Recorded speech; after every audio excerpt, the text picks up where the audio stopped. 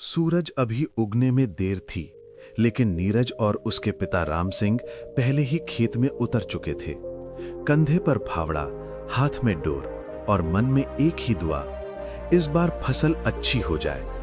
नीरज की उम्र महज 12 साल थी, लेकिन स्कूल जाने के बजाय खेत में काम करना उसकी मजबूरी थी। पिता अकेले थे और घर चलाने के लिए उनके 2 हाथ कम पड़ रहे थे। बेटा, तू पढ़ लिख कर बड़ा आदमी बनेगा, राम सिंह अक्सर कहते। ये खेत तो हमारी जड़ है, लेकिन तुझे तो उड़ना है।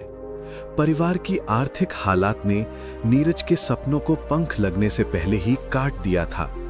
एक दिन गांव के सरपंच ने गांव में एक शिक्षा शिविर लगवाया। एक रिटायर्ड आईएएस अधिकारी श्री विकास दुबे जी, जो अब सामाजिक कार्य करते थे, वहां आए हुए थे। उनकी नजर खेत में काम करते हुए नीरज पर पड़ी, जो आंचल में बच्चों को पढ़ाते हुए शिक्षक की तरह लग रहा था। ये लड़का खेत में क्या कर रहा है? दुबे सर ने पूछा। साहब, पढ़ना चाहता है, लेकिन हालात। सरपंच ने हाथ फैलाए। श्री दुबे ने नीरज से बात की। उसकी आंखों में चमक और बातचीत में समझदारी देखकर वे हैरान रह गए।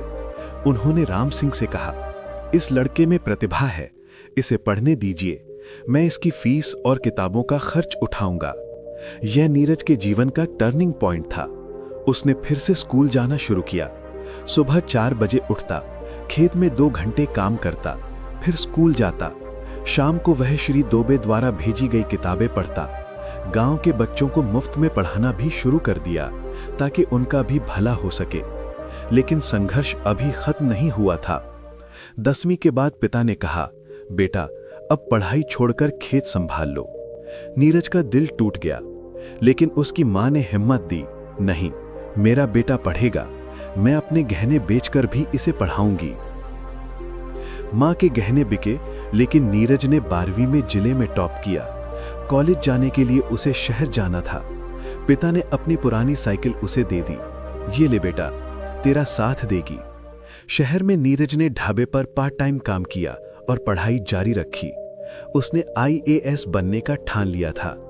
यूपीएससी की तैयारी के दिनों में वह अक्सर भूखा रहता, लेकिन हौसला नहीं टूटने देता। उसकी मेहनत रंग लाई और वह तीसरे प्रयास में आईएएस बन गया।